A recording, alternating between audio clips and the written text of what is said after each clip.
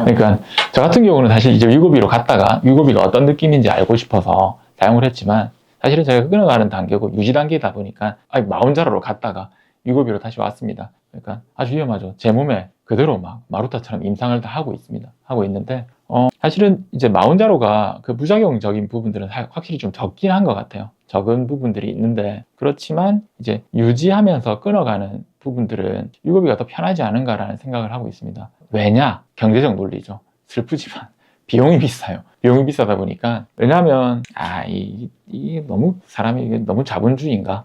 근데 위고비가 우리가 그 노브노디스크 같은 경우가 가격을 낮췄어요. 낮췄고 마운자로도 초 출시부터 비용 자체가 낮추긴 했지만 그래도 단계별로 아직 비싸거든요.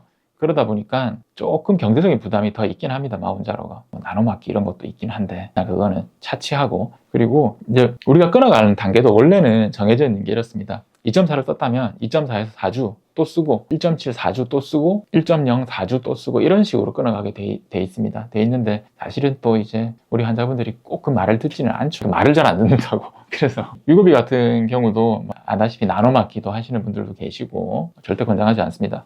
하지만 계시는데 일단은 유지 용량을 보통 쓰시는 게 1에서 0.5를 많이 쓰세요. 그래서 그 느낌 왜냐하면 실질적으로 요요가 오거든요. 요요가 폭식 느낌이 옵니다. 오면서 점점 제 위 용적을 줄여놨던 게 50%였다면 7, 80% 정도로 늘어날 느낌이 있어요. 있다 보니까 갑자기 막 6, 7일차 안 맞은 지 뭐 한 4, 5일차 되면 굉장히 식욕이 돋거든요. 돋게 되고 저 같은 경우 술도 됐다 이건 아니고 어찌되었든 자꾸 더 먹고 싶은 욕망이 생기게 되는데 그게 1.0이나 0.5 정도로 유지를 해줄 때는 굉장히 도움이 됩니다.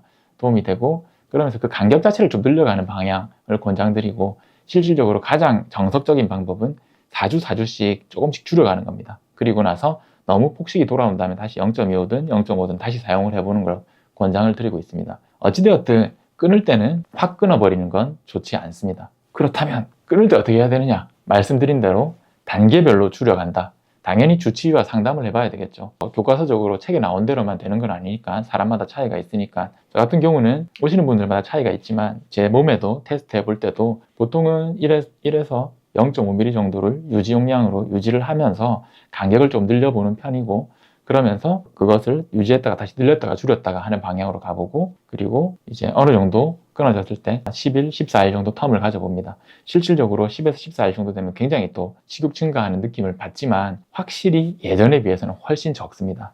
이게 원래 말씀드렸던 것처럼 라이프스타일 모디피케이션 그러니까 우리 생활 습관 자체가 교정이 돼 있다 보니까 식이양 자체가 늘지 않거든요.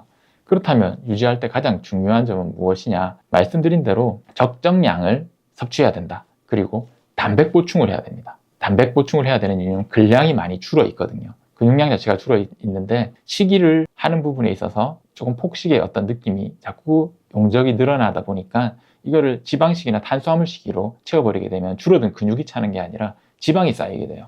그렇게 되니까 만약에 그런 경우가 발생하면 안 되지만 내가 70이었는데 뭐 60까지 빠졌다가 다시 70 쪘을 때는 예전의 70이 아닙니다.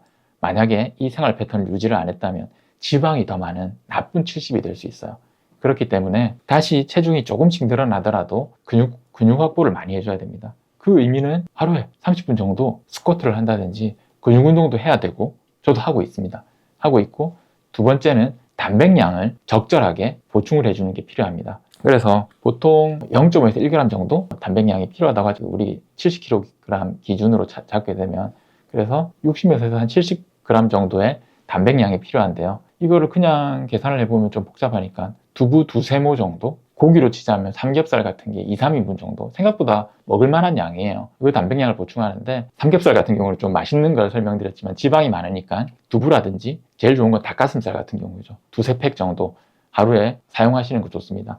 그리고 탄수화물 양은 아무래도 좀 적게 단백량이 더 많게 원래 다이어트 하는 데랑 똑같은 거죠. 해주는 게 좋고 여기서 가장 중요한 게 시기가 돌아오게 되는데 이미 벌써 예전 시기에 비해서는 그 퍼센테이지가 줄어 있어요. 우리 실제로 포만감을 느끼는 양 자체가 한 7, 80 정도 선으로 줄어 있는 상태인데 여기서 중요한 게 포만감을 느낄 때까지 먹으면 안 됩니다. 7, 80% 정도가 찰 때까지 이게 습관화가 되거든요. 그래서 포만감을 느낄 때까지 먹게 되면 그 다음 포만감 느끼는 건 더 늘어나 있습니다.